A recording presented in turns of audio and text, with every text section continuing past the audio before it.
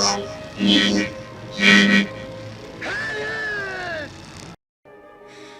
matters not. You've come to kill me. Look at me.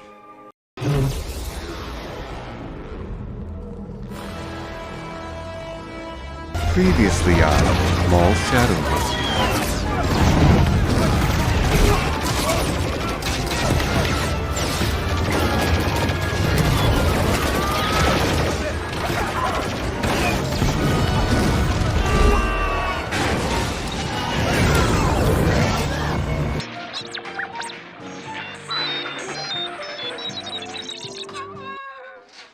There's a moment in Maul Shadow Lords episode 3 and 4 where the show stops pretending.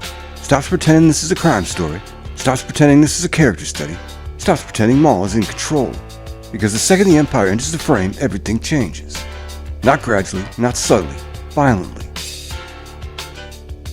This is where the series either becomes something sharper or collapses under the weight of the same old Empire problem that has haunted Star Wars for years. And the answer is complicated. Episodes 3 and 4 pick up immediately after the fallout of the opening arc. Maul's still rebuilding, still circling, still hunting leverage. And he finds it in the pikes.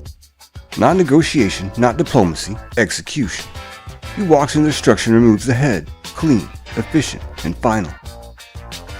This is the version of Maul the show understands best. Not a screaming animal, a strategist who uses fear like currency.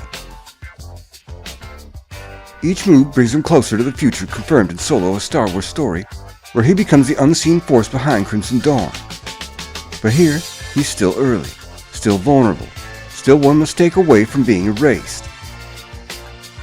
The show tightens around 3 characters: Maul, building power in the shadows; Pig in Space Padawan, a survivor of Order 66 trying to define what she is now; Detective Captain Magnum P.I., the last line of order on a planet already slipping.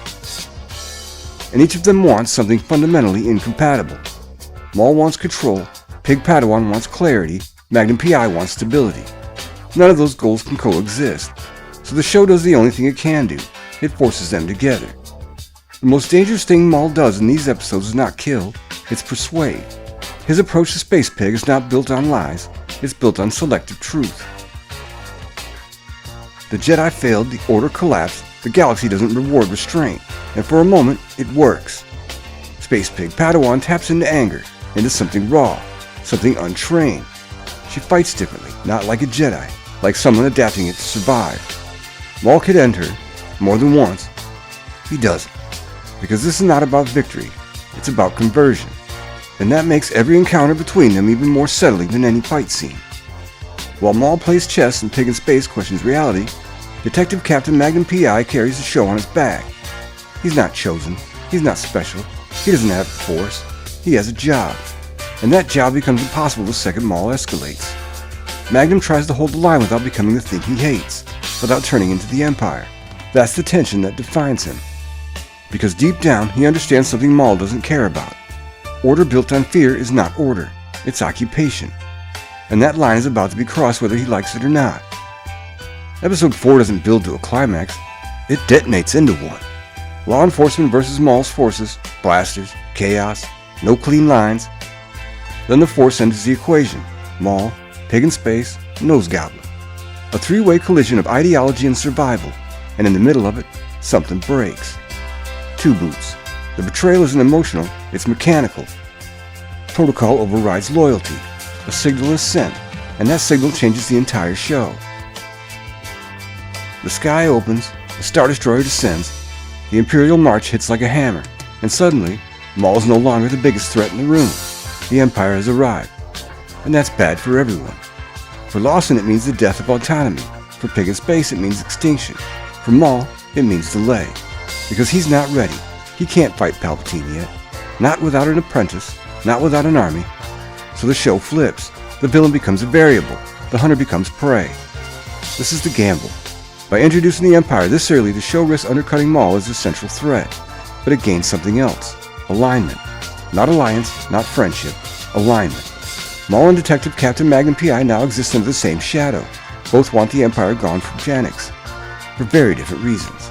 The tension is where the back half of the season will live or die. Because if handled right, this becomes something rare for Star Wars. A story where no one is clean, and no victory feels safe. The series plants the idea early. Maul wants more than power. He wants revenge. Against Darth Sidious. To get there, he needs an apprentice, a network, and a way to weaken the Empire without confronting it directly.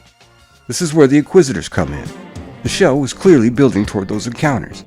Maul cannot destroy the Empire, but he can bleed it, remove its hunters, disrupt its reach, stay in the shadow long enough to grow. And if Pig in Space breaks, if she crosses that line, everything changes. Episodes 3 and 4 are where Shadow Lord becomes what it's supposed to be. Not a bridge, not filler, a pressure cooker. The pacing improves, the stakes escalate, the characters collide in meaningful ways, and most importantly, the illusion of control is gone. Maul's not building an empire in peace anymore. He's building it under a boot. The Empire is here, the Jedi are hunted, the law is collapsing. And Maul is still trying to turn chaos into opportunity. This is the part of the story where plans fail, where alliances fracture, where survival becomes the only currency that matters. He wanted time, he doesn't have it. He wanted control, he never did.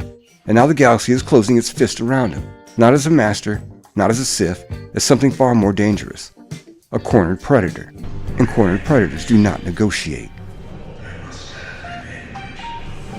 Will Disney Lucasfilm stop making Twi'leks unattractive and bring sexy back?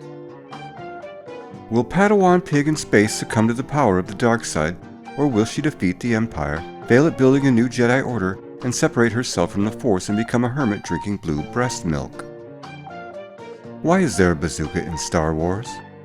Will Reva return in animated form with her hairs did? If Jedi Master Nose Goblin is Space Pig's uncle, does that mean Twi'leks have the dominant gene for ugly? Or is Master Nose Goblin an uncle through marriage? Do Pike leaders always cosplay as Namor? Will Detective Captain Magnum P.I. go to the champagne room in the Space Titty Bar again? These questions and many others will be answered on the next episode of Shadow Lord.